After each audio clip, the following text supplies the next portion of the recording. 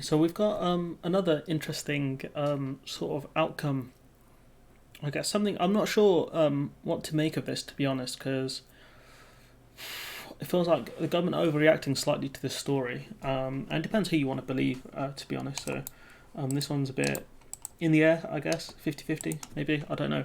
Um, so if we look at some of these opinion polls, so it says the public's confidence in the government's ability to handle the coronavirus crisis has fallen sharply in the past fortnight, with less than half of voters now having faith in decisions made by ministers.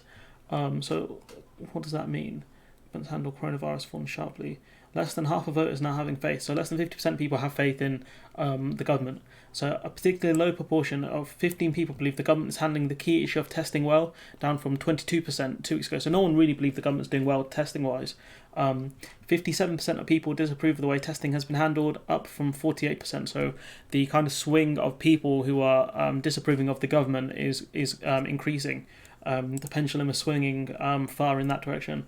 So if we look at some of these opinion polls, opinion observer polls, to what extent do you approve or disapprove of the government's handling of the coronavirus so far? So this was between March and April. So about 51% of people still approve, whilst 30% disapprove. So a big gap of people who don't know.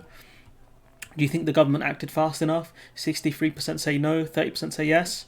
To what extent do you have confidence in the government's ability to handle the situation that develops? 49% of people, so just under half the country, feel yes, but 30% of people not confident. So there's a gap there, some grey area. Maybe people who don't know or just don't want to answer the question. To what extent do you approve or disapprove the government's handling of the testing so far?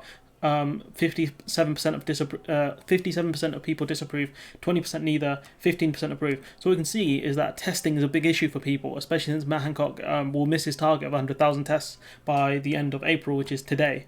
So this video might go out in about 2 days' time. And so if we look here, these are international polls. So comparing, comparing the way the UK government has handled the pandemic with the way other countries have dealt with it, would you say the UK government has handled things better or worse than these countries have done? So, this is a UK poll. So the vast majority think we're better than the US. People slightly think we've handled it better than Italy and Spain, which will be debatable. People think we've handled it worse than China. That's interesting because I would argue that China handled it worse than us. People think that the UK has handled it worse than France, which is quite interesting because the numbers are fairly similar, I believe. We've handled it way worse than Germany, which is obvious. 52% people say Germany handled it better. Our numbers should be far higher, seeing as Germany have a much bigger population than us, have far less deaths than us. South Korea, these who are these? This percentage of people who think that the UK have handled it better than South Korea and Australia. I think Australia's like they've just reopened some of the beaches and stuff. Like who are these people who think the UK have handled it better than other countries? It's bizarre, to be honest. I mean, there's 14% people who think that the UK has handled it worse than the US. Like who are these people? Honestly. 7% of people think that the level of testing for COVID-19 has been sufficient, while 71% of people think it's been insufficient, which is true, it's been insufficient. And the government have failed to hit the 100,000 target. So if we think about these opinion polls, these numbers may swing further into the direction of being more disapproval of the government, because what tends to happen is people tend to rally around the government or the flag in times of crisis. So if we look here at these opinion polls of George W. Bush, the great man himself, Mr. War Criminal. So if we look here, this is pre 9/11. So you've got 2001. He's about 57, drops about 51%, and then 9/11 happens. Man shoots up to 90%. So 9 out of 10 people approved of George W. Bush's presidency or his actions. 9 out of 10 people. That's insane. And then it goes down to about 57% again. Jumps back up to 71 during the start of the Iraq War. Then it slowly bottoms out. It hits 31% in 2006, goes up slightly. Then you've got the Great Recession, I think it's around 2007-8. So 28, 25, and then 34. I think that's as he's going out. And obviously Obama's coming in, so more people unsure of the new guy coming in, especially because he's a young guy.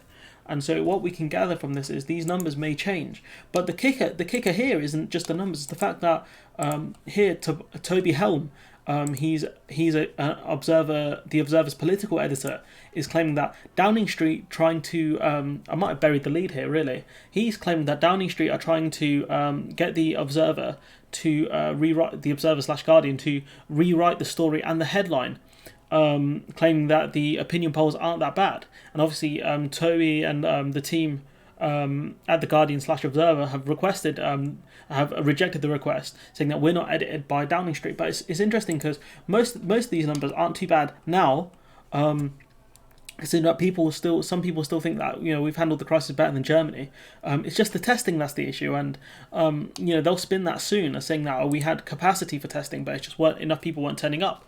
But yeah, I don't understand why Dom and the government are so Dominic Cummings are so triggered by this article. Like hardly anyone reads the Guardian anyway. This piece didn't go viral.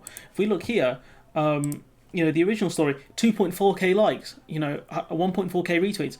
It's not very high. Not a lot of people have seen this outside probably left wing circles. But if we look here, Toby Helm, when he tweeted about the government allegedly trying to censor him, is at 16.8k, and if you see how many followers it has, 30k. So I guess it might be down to, the fact that he's got more followers, but it's not that much more than Ash Paul, I think, who originally tweeted the story out. Damn, I've got hiccups. It's just bizarre. Sometimes like governments would do well to just ignore a story, really, just don't acknowledge it rather than trying to censor people. It just don't make sense. And so yeah. Anyways, I'll leave it there and tell me what you guys think. Like, comment, subscribe, and hopefully I'll see you in the next one.